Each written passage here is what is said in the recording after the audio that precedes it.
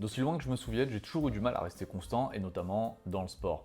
Il y avait parfois des semaines où j'allais m'entraîner 5 fois par semaine, et ensuite pas du tout, pour ensuite revenir sur 2 séances dans la semaine, et ensuite rien du tout à nouveau pendant 3 semaines, etc. etc. Et pourtant j'ai toujours su que c'était la bonne chose à faire pour moi, pour ma santé, pour rester en forme, et surtout parce que à l'époque je voulais ressembler à Wolverine. Et puis j'ai réalisé que j'avais pas de griffes en adamantium. Et là où je veux en venir, c'est que si cette situation à vous, elle vous parle, bah sachez que moi j'ai vécu exactement la même chose et j'ai réussi aujourd'hui finalement à développer une constance d'entraînement. J'arrive à m'entraîner régulièrement, que ce soit en salle de sport, crossfit ou course à pied. Et surtout maintenant, ça me demande vraiment très peu d'efforts par rapport à ce que ça me demandait auparavant. Donc là, dans cette vidéo, on va voir ensemble 3 choses pour vous aider à pratiquer ce que vous avez du mal à faire au quotidien. Que ce soit le sport, l'entraînement, l'activité physique, ou même si vous avez tout simplement envie de lire davantage, de méditer davantage, bref, de faire des activités qui, en tout cas au début, vont vous demander un certain effort, et ben c'est ce qu'on va voir dans cette vidéo.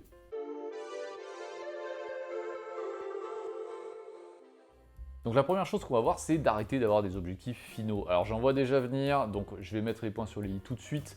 C'est super d'avoir des objectifs, parce que ça vous donne une direction et surtout ça vous aide à vous rappeler pourquoi vous faites tout ça quand vous vous sentez seul et abandonné. Dans la nuit noire et obscure. Mais on va pas se mentir, au quotidien, avoir un objectif, c'est pas ce qui vous aidera. Tout simplement parce que la motivation à long terme, ça n'existe pas, ou alors ça s'appelle autrement, ça s'appelle... La déception, c'est ce mouvement de surprise et de tristesse. Donc pourquoi l'objectif ça fait pas tout? Eh bien tout simplement reprendre l'exemple de Wolverine, qui était vraiment à l'époque mon modèle, mon objectif. Eh bien c'est qu'il y a tout simplement une énorme différence entre le fait de s'imaginer avec le résultat final qu'on veut atteindre, en train de parader sur la plage dans une espèce de version fantasmée de soi-même, avec tout simplement le fait de s'entraîner. Parce que qu'on s'entraîne en salle, chez soi ou en course à pied, ça n'a absolument rien à voir avec ce qu'on s'imagine. Parce que tout ça, c'est le process. Et le process est différent du résultat. Et si le résultat, c'est super sexy, le process, ça l'est beaucoup moins. Parce que là, en l'occurrence, quand on va s'entraîner, on se fatigue, on se fait mal, on transpire, on rentre chez soi, on est fatigué. Et en plus, quand on va se regarder dans la glace, on n'a toujours pas atteint l'objectif. Et donc, en plus de tout cet entraînement, il faut en plus mettre dans le process le fait de bien s'alimenter, le fait de bien récupérer, donc de bien dormir.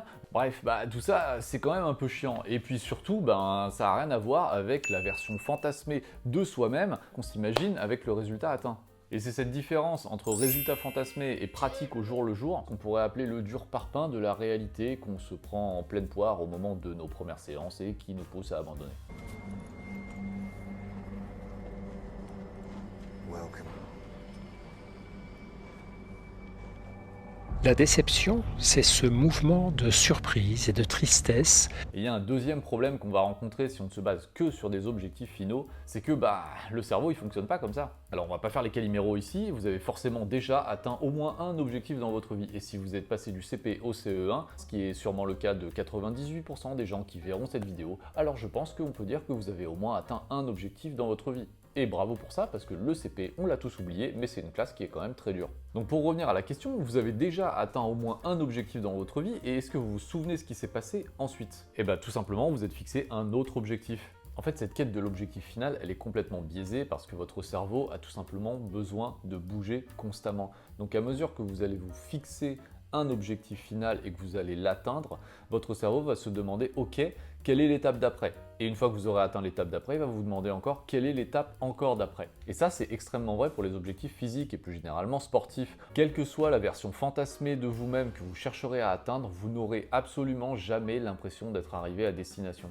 Vous aurez toujours l'impression que vous pouvez faire mieux, que vous pouvez obtenir mieux. Regardez un peu ce qui se passe avec les sportifs de haut niveau. Quel que soit leur palmarès, la grande majorité vont toujours chercher à améliorer ce qu'ils ont déjà. Et pour les très grands champions, ça devient même une vraie problématique d'arriver à renouveler constamment ce challenge. Parce qu'au bout d'un moment, quand vous avez tout gagné, que vous êtes au sommet de votre sport, il ne reste plus beaucoup d'objectifs à trouver. Et cette absence d'objectifs, ça peut donner vraiment l'impression au cerveau qu'on stagne, et du coup ça peut mener à des épisodes très importants de déprime, voire de dépression. Et le cerveau humain, du coup, il est comme ça, c'est ce qui nous pousse à avancer. Dès que vous allez atteindre une cible, vous allez en chercher automatiquement une autre. Donc voilà pourquoi c'est important, en fait, plutôt que de se concentrer sur le résultat, d'aller plutôt chercher à se concentrer sur le processus, sur l'action qui mène à ce résultat, plutôt que le résultat lui-même. Donc qu'est-ce que ça veut dire, apprécier le processus? C'est tout simplement de prendre du plaisir au présent en faisant votre activité, plutôt que d'anticiper le plaisir que vous allez ressentir quand vous aurez accompli votre objectif. Et ainsi, simplement faire l'action en question générera sa propre motivation. Donc du coup, vous n'aurez plus à vous forcer pour vous entraîner et du coup, vous ne vous arrêterez plus. Donc déjà, pour apprécier quelque chose, il faut le pratiquer. Et ça paraît logique. Si vous ne pratiquez pas une activité, vous l'apprécierez jamais pour ce qu'elle est, parce que le cerveau, lui, il déteste tout ce qui est nouveau. Pour rappel, tout ce qui est nouveau pour votre cerveau est en général assimilé à un danger. Donc là, on va vraiment se concentrer sur l'appréciation du process et on va voir deux techniques que moi je vous recommande. La première, c'est la technique du deeper meaning. La technique du deeper meaning, c'est tout simplement d'avoir une connaissance approfondie de ce qu'on est en train de faire. Tout simplement parce qu'en s'intéressant un minimum à l'activité que vous êtes en train de faire, vous allez développer votre investissement émotionnel dans cette activité. On va reprendre l'exemple du sport, mais si vous vous intéressez à votre sport, à votre activité physique, que vous faites mine de vous intéresser un minimum à l'anatomie et notamment aux muscles mis en jeu sur les mouvements spécifiques que vous faites, à la manière dont les muscles fonctionnent ensemble et même de vous intéresser un minimum aux compétitions sportives et donc aux athlètes de haut niveau qui sont dans la discipline que vous pratiquez, ça va vous faire voir votre activité de manière complètement différente. Et donc si vous faites ça, c'est vraiment une toute autre expérience que vous allez vivre parce que vous allez vous sentir bien plus investi dans le process. Pourquoi ? Parce que le niveau de compréhension de ce que vous faites, il va augmenter. Et plus la compréhension et l'intérêt pour votre activité, elle va augmenter chez vous, plus votre pratique, elle va augmenter aussi. On va prendre un exemple qui n'a absolument rien à voir avec le sport pour que vous puissiez voir que ça peut s'appliquer à absolument tous les domaines de la vie. Par exemple, si vous vous baladez un jour en forêt, vous pourriez être relativement peu intéressé par les arbres, la végétation et la faune autour de vous. Mais si à un moment donné, vous vous mettez à vous intéresser à tout ça, que vous vous mettez à lire des livres sur les arbres, la faune, la flore et plus globalement sur la nature en général, alors il y a toutes les chances pour que vos balades en forêt, elles se transforment en une expérience totalement différente et encore plus appréciable. Donc en conclusion, plus vous vous intéresserez à votre activité, plus vous serez acteur de cette activité, plus elle finira par faire partie de votre personnalité. Et alors là, ça deviendra hyper facile de la pratiquer. Et donc le deuxième conseil qu'on va aborder, c'est la stratégie d'association positive. Et ça, je peux vous garantir que c'est une stratégie hyper efficace. En fait, il s'agit tout simplement d'associer deux habitudes. Une habitude que vous avez l'habitude de faire, une habitude bien installée, et une nouvelle habitude que vous voulez justement adopter. Pour prendre un exemple, typiquement, moi je l'ai testé sur moi il y a 3 ans quand je me suis mis vraiment sérieusement à la course à pied. Parce qu'avant, à l'époque, je m'entraînais uniquement soit à la maison, soit en salle de sport. Donc quand il a fallu rajouter des entraînements de course à pied dans mon quotidien, j'étais pas du tout habitué à sortir m'entraîner par tous les temps, alors que quand on est en salle ou chez soi, le climat en général, c'est pas trop un problème. Et si on ajoute à ça le fait que mon système cardiovasculaire, il était pas du tout entraîné, je peux dire qu'il y a des moments où parfois c'était pas facile de mettre le nez dehors. Et en fait, pour m'habituer peu à peu à courir, moi ce que j'ai fait, je suis habitué à écouter beaucoup de musique quand je m'entraîne, notamment des playlists. Alors ça peut être soit des playlists de musique, soit des podcasts. Et donc ce que j'ai fait, c'est que je me suis créé une playlist spéciale uniquement pour le running, uniquement pour la course à pied. Et du coup, à chaque fois que j'allais courir, je lançais cette playlist-là. Si bien qu'en fait, au bout d'un moment, et même assez rapidement, cette playlist de running, elle est devenue vraiment associée au fait de courir. Et là où ça devient intéressant, c'est que typiquement pour reprendre un jour où j'avais pas du tout envie de mettre le nez dehors parce que il faisait super froid, il pleuvait, j'étais hyper fatigué, j'avais vraiment zéro envie de sortir, alors que j'aurais pu rester devant Netflix au chaud dans mon plaid. Et donc ce que j'ai fait ce jour-là, tout simplement, c'est que j'ai lancé ma playlist de running alors que j'étais encore chez moi en pantoufles et avec absolument zéro intention de faire quoi que ce soit. Et vous me voyez venir, mais effectivement, quelques minutes plus tard, je suis sorti et je suis allé courir. En fait, ce qui s'est passé, c'est qu'à ce moment-là, bien que j'ai pas du tout envie d'aller courir au début, j'ai auto-conditionné mon cerveau pour changer d'avis grâce à l'association de cette playlist que j'écoutais en temps normal au moment d'aller courir. Ce qui fait qu'au moment où mon cerveau s'est mis à entendre toutes ces musiques qu'il a l'habitude d'entendre quand il court, il s'est tout simplement dit « Ok, c'est l'heure d'aller courir ».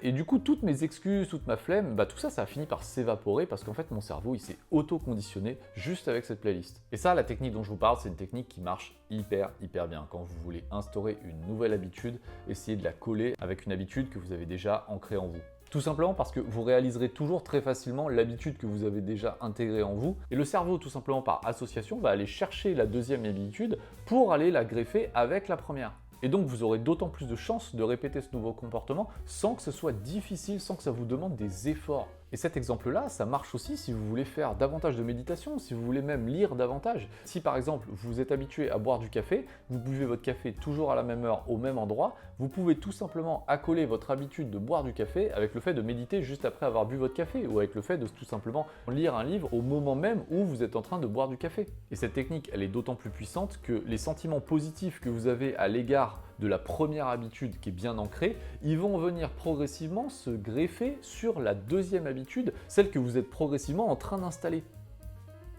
Voilà pour cette vidéo. En résumé, si vous voulez arriver à faire des choses que vous trouvez à la base chiantes ou trop difficiles, alors appliquez vraiment le fait de ne plus vous baser uniquement sur un résultat final. Cherchez également à appliquer la technique du deeper meaning, de chercher à vous intéresser vraiment à ce que vous faites et appliquez vraiment la stratégie d'association positive parce que je vous garantis que vous allez avoir des résultats si vous appliquez ça. Merci d'avoir regardé cette vidéo. Vous êtes de plus en plus nombreux à la chaîne, donc franchement, ça fait super plaisir.